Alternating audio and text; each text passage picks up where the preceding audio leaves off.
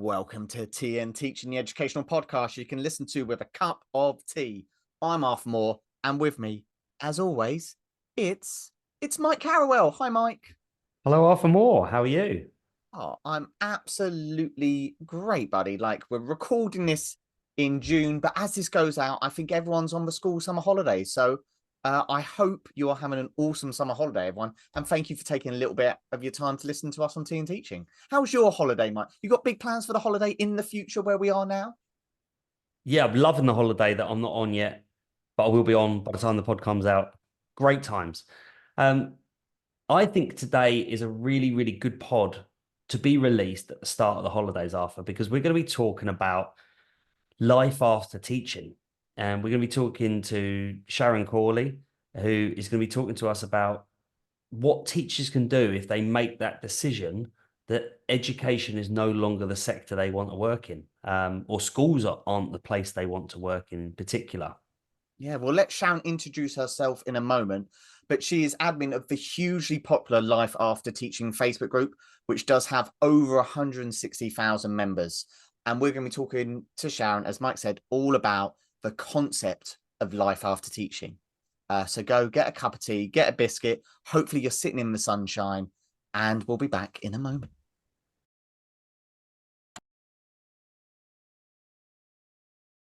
Welcome back to TandTeaching, and we are now joined by Sharon. Sharon, welcome to TandTeaching. Thank you very kindly. Thank you. Yeah, awesome to have you on the pod. Do you want to give us the quick introduction into who you are and what brings you to us today? Okay, so my name is Sharon Cawley. I am a 52-year-old ex-teacher in the northwest of England who hemorrhaged out of the classroom herself in 2012. I wear a couple of hats, mother to two uncontrollable children. I am the CEO of Connexus Tuition, which is a national tutoring company. And I think more importantly, for the sake of this, I sit at the helm of a Facebook group with 162,000 members as of June 2024 called Life After Teaching, Exit the Classroom and Thrive. And I think the clue is in the title there as to why I'm probably here today, a life after teaching. Yeah, so we're going to be talking about, maybe you've joined that group, maybe you've heard, I know most people have heard of that group. If you go and look at that group, lots of your friends from teaching may have joined it at some point. I know plenty of my kind of Facebook friends are in that group somewhere. So I feel the first question we should say, Sharon, kind of from that group, 162,000 people were kind of on that group. Why are people looking to leave this awesome profession that we all kind of still love? And that's the question that I get asked a lot. Why are people leaving teaching? And I'll answer you really, really simply. They're leaving teaching because they're ready to retire. They're leaving teaching because they're relocating somewhere else, or they're leaving teaching because of an unmanageable workload. It really is that simple. But I think the question that we ask and needs to be asked sits around the last section, that unmanageable workload. And I could sit here and wax lyrical about 80-hour weeks, marking policies, behaviour management policies, the whole lot. But what I want to do is I want to draw upon the posts from Life After Teaching and talk about the state of the people who have just left teaching and are considering leaving teaching. That's what doesn't come out of any of your DFE surveys. And what are the state of the people who are clinging on? So let's look at those with the insurmountable workload. These people are ill. These people are in terrible, terrible states. And you only have to spend half an hour scrolling through that Facebook group to read some of the most harrowing cries for help. And you also then speak like I do to those who have hemorrhaged out of the classroom and the state they are in. And nowhere really captures the bleakness of some of the teachers' lives who are still working within those kind of schools. And they look like this. They're on their knees, because what happens is you don't suddenly go, my workload's awfully unmanageable, darling. I think I'll put my resignation in after 2 weeks. You do that, love. let's carve together a beautiful email and get out. This can be 18 months, 2 years of enduring this kind of unsustainable workload. And when they finally get to the point where they feel they can or have to leave, they're in a shocking, shocking state because they have become trauma bonded to that wonderful profession you talked about in the first instance. I can't leave. Yeah, but you're ill, you're not sleeping, you're overeating, you're drinking too much, you're crying through the weekend, your marriage is on the point of collapse. Yes, I know, but I've got a year 11 class in the top set, so I can't possibly leave. Really?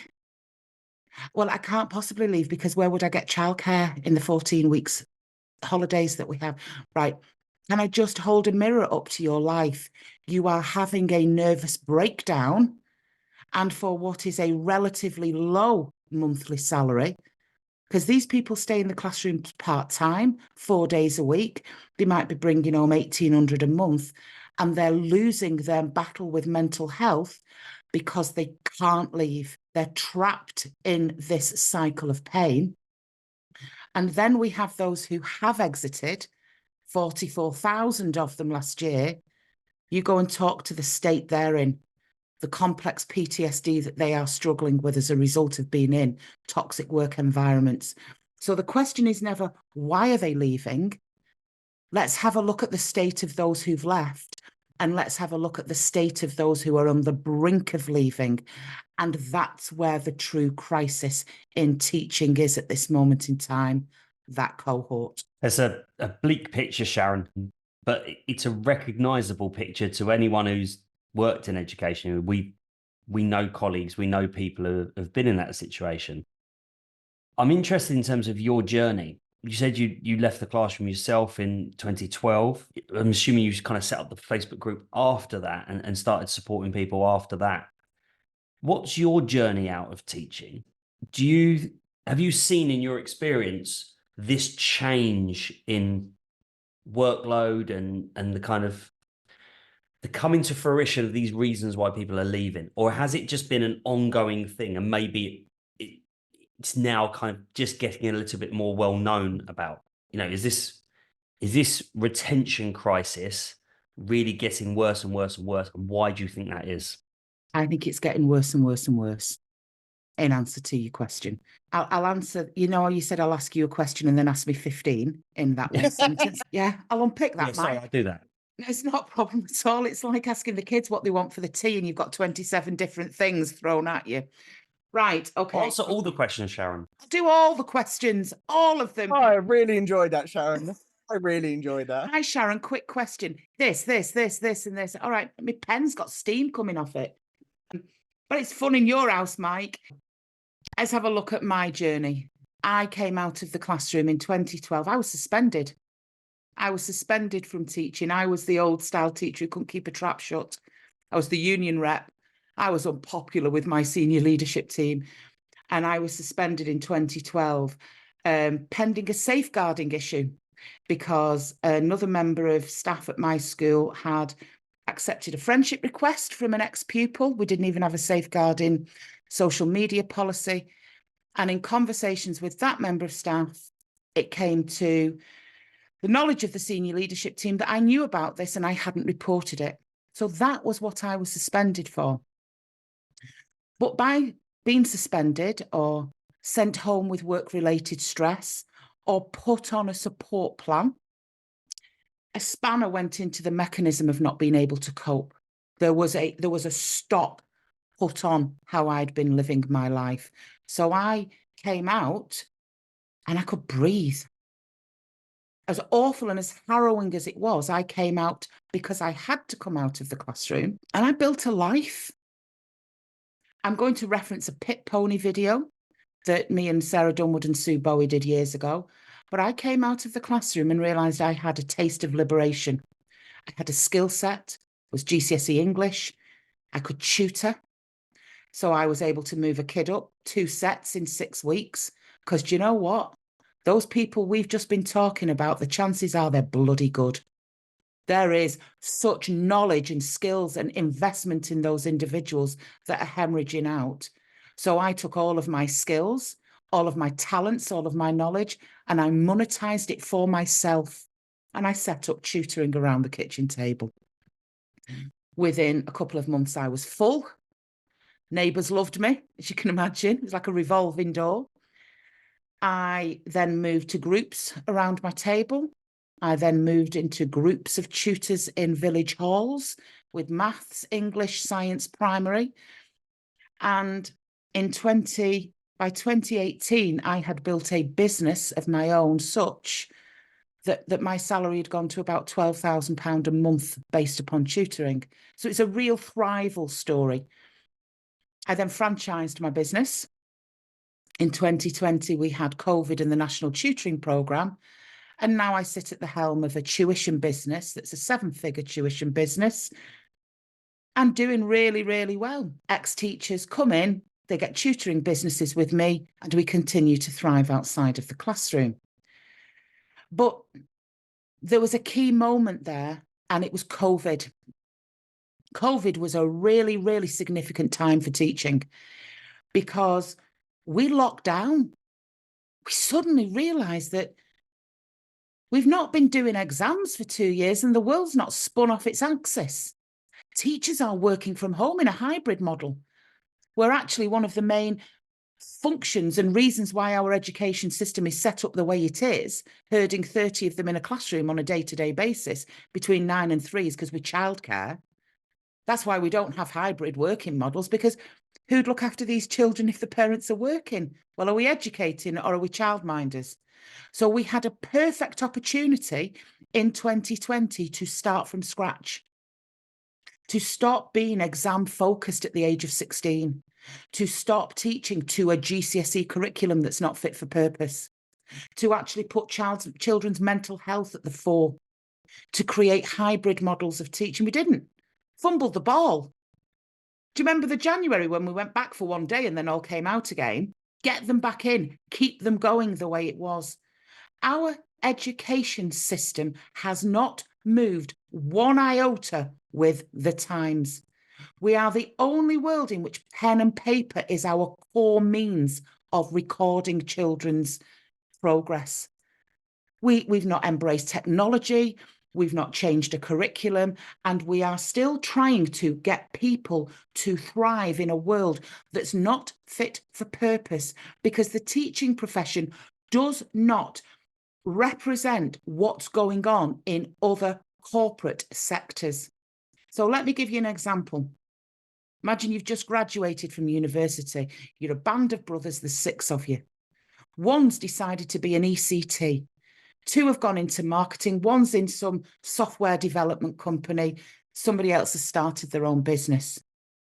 You tell me after 2 years who is not going to be thriving within that group. They're not going to be able to book a holiday when they want to book a holiday. They're not going to have a working from home option. They're not going to be able to close a laptop at 5 o'clock and say, well, I'm not being paid now, so why would I be working into the night? And that ECT sits within the band of brothers and goes, what am I doing? These are people who are on bonus schemes. They're paid more than me. Mental health is at the fore of what they're doing. Personal development and training is the bread and butter of the corporate world. They're incentive driven with payment schemes. And I'm an ECT working 80 hours a week for peanuts. And then when I flogged myself into the ground, I'll probably be put on a support plan. We've not changed with the times. We're still trying to do a one-size-fits-all. And fundamentally, the core of how we are delivering education to young people, the teachers in the midst of it are the casualties of a static and stale education delivery system. So if we bring this to those 44,000 people who are leaving every year, some are retiring, some are moving on, there's loads of reasons people leave teaching. But if we focus in on those people who don't want to leave, and I think we all know those people who have left teaching but really didn't want to leave. As you said, if you go onto the Facebook group and you scroll, you'll see those people, I really don't want to leave, but I feel like I'm going to have to. Just from your kind of perspective, Sharon, what do we do to keep them people? Because I think they're the really interesting people who are they want to stay and we want to keep them. And yet it's not happening? Like, what is it about? What can we do? It's not a quick win, that. There are certain quick wins that we can have to change things that are so desperately wrong. So to keep people within the profession, we could change resignation date times. We could allow people to move schools more quickly and more effectively. Unless we have an overhaul, a complete overhaul about the way in which we are delivering education, we're tinkering round the edges. Because at the moment, the things that would keep people in there, schools cannot accommodate them because of the way they've been set up. So yes, let's create an avatar. We've got Becky. She's brilliant. She doesn't want to leave, but she knows she has to. What would make Becky stay? Flexible working arrangements, working from home, possibly during PPA time.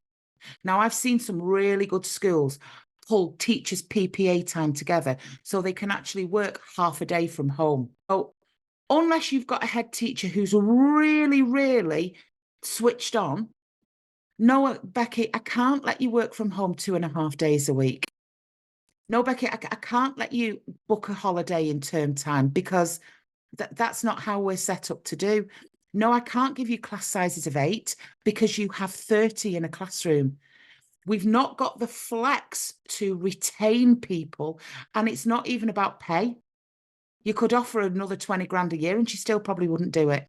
Can I just jump in there, Sharon? Do you think education has changed significantly, or do you think people's expectations of work-life balance have changed?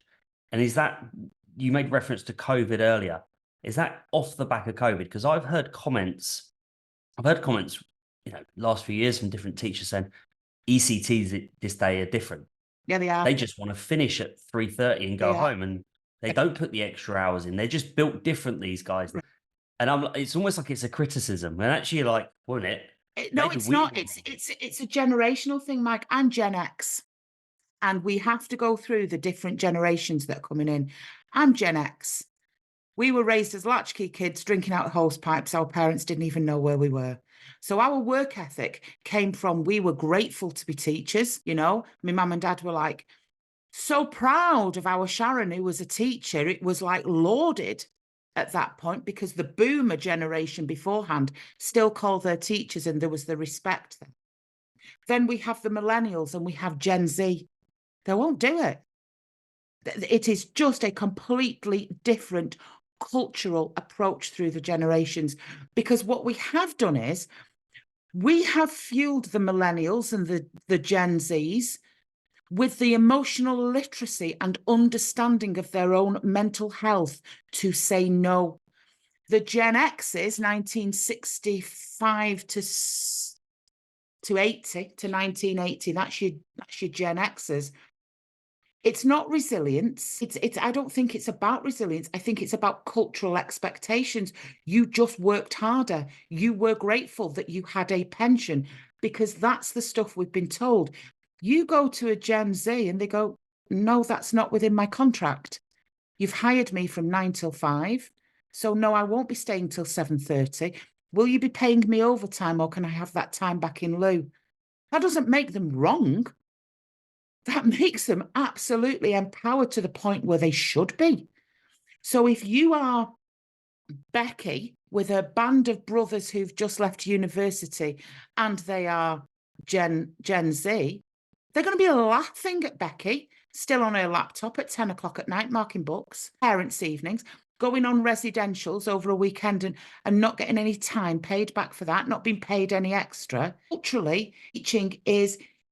It's not aligned to the corporate world. So you're not going to be able to offer a teacher who's thinking of leaving anything like what they can be getting in the real world. It's interesting, isn't it? Because as teachers, we always talk about we're preparing our students for the real world. We want to give us transferable skills that kind of work everywhere. And we want our students to be able to go to one job and then move to a different country and transfer their skills. And then there's something, maybe, at least from kind of my own experience, if you go into schools and you don't want those kind of transferable skills because you're now in that school where you're going to stay for 40 years, as kind of maybe that's a generational thing as well. Like I know my mum mainly taught at one school for the whole of her teaching career, and that was completely normal, and that was understandable. Whereas maybe I think I'm a millennial. Like that, Mike was nodding there. So like we kind of want that kind of. We've been taught to be transferable. We've been told to have transferable skills. I'm like, oh, I'm going to transfer my skills, and just, oh, you really shouldn't do that. Like you've got your year 11s, and they're a top set, and they've got their GCSEs next year. Mike, I'm interested, like from your perspective as the one of three of us who is still working in a school. Like you obviously talk to lots of teachers in different schools at conferences and stuff like that. Is this something that we're noticing, like just everyone is very aware of? Do we all know this and we don't want to speak about it every day, or is it like we all know No, it, right? absolutely. I agree with Sharon. It is a generational thing. I think I just scrape into millennial myself. Stop by a showing year or off. two. Just stop showing off the pair of you with your Like, you were age. teaching when I was at school, so like Well, what I was same generation. what I was going to pick up here, and maybe this is a generational thing. Maybe I'm old enough that an old man shouting at the clouds. I think there's a lot of emphasis put on balance. We talk about work-life balance, and we constantly want this state of equilibrium where I'm working as much as I'm spending time with my family, as much as I'm doing things for myself, my hobbies and things like this. And actually, my personal belief is that might be a little bit of a myth. And I think that sometimes I might have a busy week at school, and actually that might become my priority. And that sounds terrible to say as a father and a husband, but that might become my priority. That week I have to say to my wife, look, I've got some late nights here. I've got some extra work. Yeah, this coursework deadline coming up. I've got to get this work done. I'm sorry, work this week is going to be my priority. The flip side of that is I then get 6 weeks where my wife and my children and my family, and that becomes my absolute priority. So for me, I've always seen it myself as balance isn't about constantly balancing everything. It's about knowing when to prioritize one thing and then when to step back and prioritize another. That being said, I don't work in a subject where I'm marking 120 books a week. I went into teaching as triple marking was coming in, and I saw the negative impact that had on people. So I'm saying that from a perspective where I genuinely don't do much work in my evenings. I And believe I don't think my balance is probably a little bit more balanced than some other people in some other situations. So I understand that side of it as well. But I don't know, Sharon, maybe I'm coming at it from the wrong angle, but that's no, my I perspective. don't think you're a It's one of these unicorn. wonderful things where I can go for 6 weeks, actually, I need to be all out on this. And then for 6 weeks, I can just be a great father, a great husband, and really kind of prioritize my family in that time. Yeah, and I think that's because I suspect you are not working in a toxic school environment and you have in the main robust mental health. Okay. Now, if you are that teacher and some weeks are busier than others, but it's okay, you have the 6 weeks summer holidays. Not if you're one of the broken generation within teaching, because the 6 weeks holiday is a misnomer. They spend 2 weeks relieved they don't have to go back into the building, and then the next 4 panicking about going back. One of the things I would say, and this is where I see real success stories. Let's assume you're not going back. Let's assume you want to come out of the classroom, shall we? Because that's the other half of my Facebook group. Exit the classroom and thrive. You talked about work-life balance.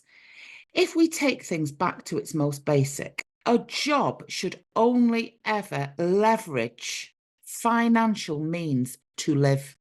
In the most basic of terms, that's why we started to work, to pay for stuff.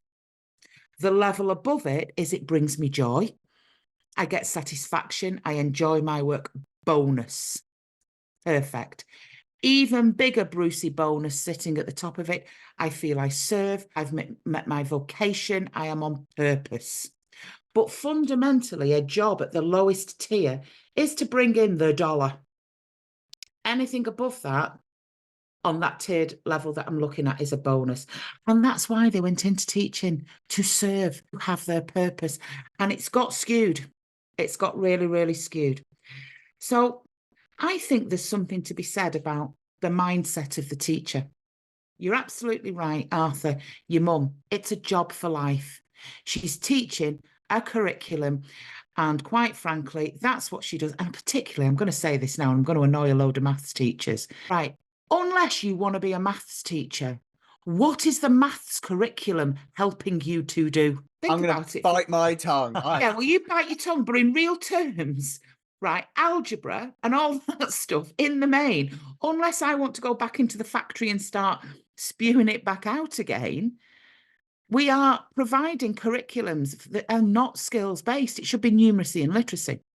But we've got this idea of a job for life. And then we get into a pit pony mentality. And I have done a couple of videos on our YouTube channel, Life After Teaching.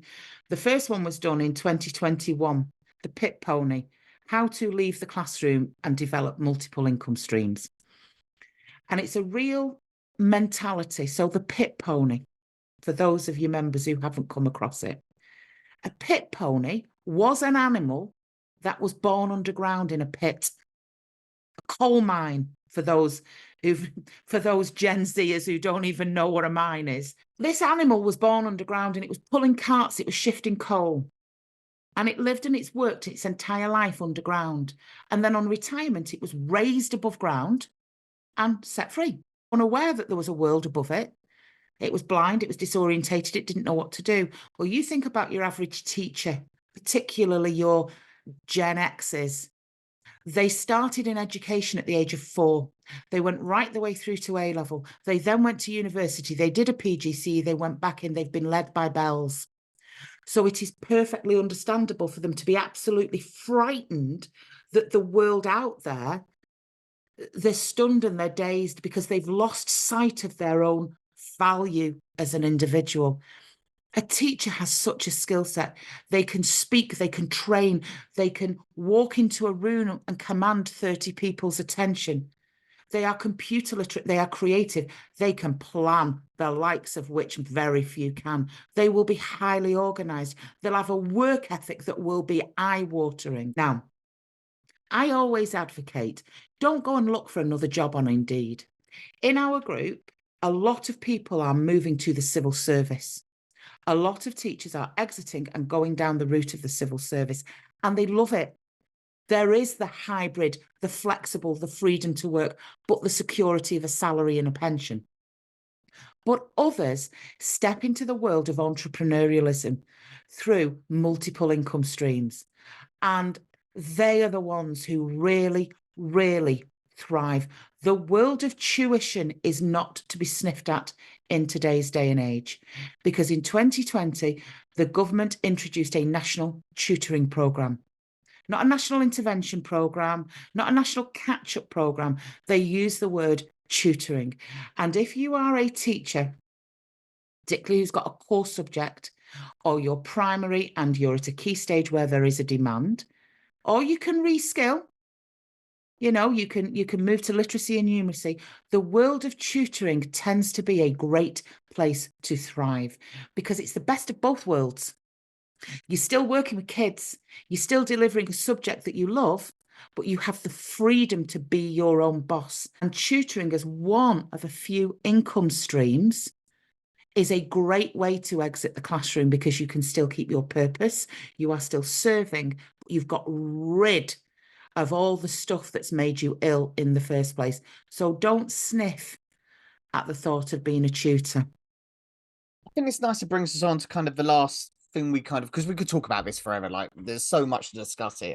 And what's really interesting is people will be listening to different points of view here and going like, yeah, that sounds like me, or that doesn't reflect me, but I know it reflects someone else. And we're all kind of in our own lived experience. So what I'm interested, like we've talked about, let's take Becky. She's thinking about leaving. She doesn't want to leave, but she's kind of maybe thinking about it. From your perspective, Sharon, of this Facebook group and all the people you kind of work with, what should Becky be asking herself really about? Like, what should she be asking herself about whether she really should be leaving teaching? The person who's listening to this podcast, like, I'm not sure if I want to leave. How can they kind of come to that realization, whether it's their time or not? Any advice for that person? I think in some respects, and this is where the younger generations have done more inner work where this is concerned. A really good teacher, I think, who is surviving in the classroom understands healthy boundaries. They understand their own personal and healthy boundaries. And if they've got a line manager who's asked them to do something else with an unreasonable deadline, it's having the confidence to say, I can do that for you, no problem. Would you like me to prioritise it? If so, which of these jobs don't you want me to do? That takes some real courage to have healthy boundaries in a school, because we get trauma bonded and gaslit in certain environments. Well, you're hardly a team player then, are you, Becky? Now, if Becky can stand her ground, and if Becky can empower herself, and if Becky can read her burgundy book, if Becky can read her contract and empower herself as an individual and learn the expression that we used to use in the 90s and noughties with the NUT, respectfully, no. So in the first instance, there's certain things she can be doing to protect herself with boundaries, because they would be happening in the corporate world. You would not have somebody on the till in Aldi who says, I'm clocking off now. You've stopped paying me. Those shelves need stacking and those customers are going to go hungry. All right, then I'll volunteer 4 hours of my time. So I think teachers need to find that courage in the first instance to be their own advocate for their own mental health. I think as it stands at the moment, if you are starting to be in that position where you are going under, where you can't see the light, this is the worst case we get into. The amount of teachers who are off with work-related stress. It's huge. So Becky gets to the point where she can't do it anymore. She's drowning. She's becoming unwell. So she goes to her doctors, because the younger generation go quickly. They go quicker than your Gen Xers. They are at the doctors sooner. So she goes and the doctor signs her off with work-related stress. What that then means is Becky doesn't have to set work. There's cover put in. So that school is now paying double bubble for Becky's position. And there is another member of staff who's setting the work, going in, firefighting in that classroom. But Becky goes to the doctors and she gets signed off with work-related stress. And nothing else happens for Becky within that profession. They get a referral to occupational health, and that's it. We don't have packages in place for teachers and their mental health and how to manage it when they're on the brink of this. And I think that's where the problem comes. Now, I want to make this point. I speak on behalf of an echo chamber. I have 162,000 members of a group. I think there's 120 are UK based. So we have a proportion of the global teaching community as well. I'm in an echo chamber. There are people out there, and for them, teaching is the very reason they're out of bed in the morning. It is the best job in the world. I'm still tutoring. I'm mastering TikTok at the moment. So me and my year 11s at the end of the session, we're all over it. They're showing me what a reel is, how to add a voiceover. Working with young people, that's what we do, is the very, very best of us. They're brilliant if it's going well. Working with young people in schools that don't have decent behaviour management policies, that don't have work-life balances at the fore, is hellish. And it's a game of two halves, teaching. It really is. If it's right for you, stick with it, because it is brilliant. Cracking pension scheme, 14 weeks paid holiday a year. You can finish relatively early. It's brilliant. If it isn't, there is a life outside of the classroom where you can still monetize your skill set, where you can go into the world of entrepreneurialism, you can get multiple jobs, you can be freelance. But the one thing you don't do is stay in a place that is making you unwell and think you're going to heal by going in every day. Because if your classroom, and I will leave you with this, these wise words of the Gen Xer to you young pups, ask yourself this: if you were working in a classroom and it had asbestos in it, and you knew that was impacting your physical health, you couldn't work in it because it was going to impact your lungs, your breathing, and your health. Would you say, yeah, no, but it's only down the road and it means I can pick my kids up? Yeah, but I get 14 weeks paid holiday a year. Yeah, but I can't leave that classroom because I've got that exam class. You would be out. If your physical health was at risk, you would have exited that classroom in the blink of an eye.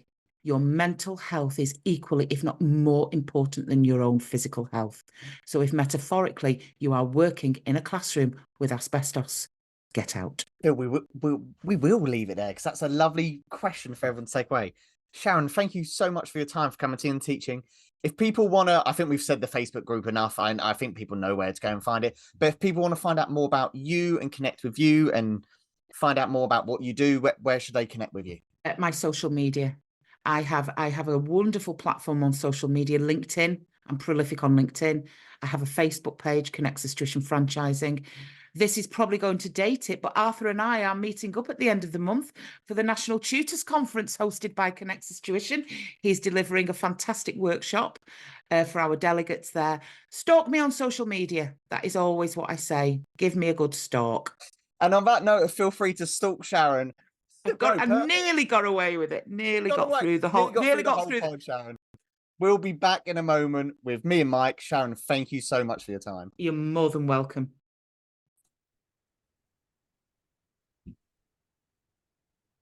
Welcome back to Tea and Teaching. Arthur, that was a really, really fascinating chat with Sharon. Yeah, just really interesting to just hear someone else's perspective who just hears lots of other voices. And Sharon herself said kind of the echo chamber nature of that. But that doesn't mean we should ignore the echo. This isn't the highway rat. Like, we need to kind of listen to that echo chamber sometimes. No, absolutely. And like, I've said this to you before. I think I'm a lifer. Like, I think I'm in teaching for life. I can't imagine not being in teaching. And even when I've had tough times within the profession, I can't imagine leaving.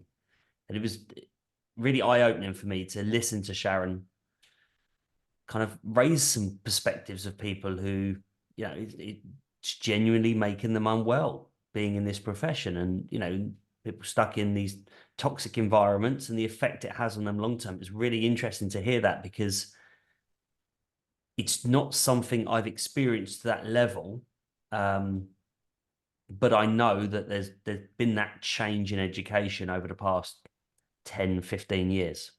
Yeah, I think it's important. Like, we both love schools, Mike. Like, we're both married to teachers. Like, school is so much part of our life. Like, and this is not us at all saying like everyone needs to get out of schools, because we both definitely don't think that. But I think it's a really important thing to, especially during holidays and stuff, just ask yourself that question of, am I in the right place for me right now? And by place, I also mean, are you in the right school? Are you in the right kind of subject that you want to be? What year group are you in, if we're kind of talking from a more primary perspective? And all those are building up this picture. And I think it's a really powerful kind of reflective tool to just go, where am I? Am I happy with that? And not to forget, there is kind of this world outside the school, the classroom, the department you're in. Yeah, that was when she was talking at the end and about the classroom of asbestos. My brain, and this is how I know I'm a lifer, my brain straight away went, well, I just asked for a different classroom in the same school. So yeah. I could just stay in education and just move schools and see if I can find a better environment for me. Because there are some really toxic schools out there. There are also some really lovely schools that are very supportive and understand the pressures that teachers are under. So yeah, for me, it's, don't go straight to the exit door of the profession, but look whether there are moves, like you said, within that profession, which means that you can still follow your passion and still be happy.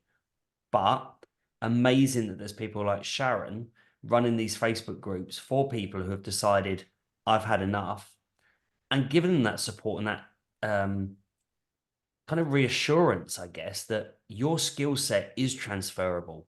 Teachers are amazing people, and they've got these amazing qualities that industry would, you know, fight each other for to get into their door, into their business. So yeah, really, really interesting to see that side of it as well. And amazing that there's people supporting teachers once they make that decision to leave. Yeah, and I know some people will talk about these kind of Facebook groups are just saying it's just like certain people saying the same thing again and again. But it is also really important, if you are struggling, to hear someone else in a completely part of a different country, a different part of the world saying, I'm also struggling, because it means that your feelings, which are completely legit because they are your feelings, like you can kind of then start to really dig down to them and really reflect about what's right for you. So I think that's like, that's my kind of main takeaway. It's just, if you're struggling, and by no means am I saying everyone's struggling, but if you're struggling, take a moment, step back. Why are you struggling? And then talk to people. Go and talk to your friends. Go and talk to your family who are teachers, and just get different perspectives. Because teachers, as you said, Mike, we have so many skills that other people would absolutely bite our hand off for. Absolutely. And what a wonderful place to leave today's podcast. Thank you to Sharon for coming on and speaking to us about life after teaching. And thank you to you, listener, for spending a little bit of time with me and Arthur.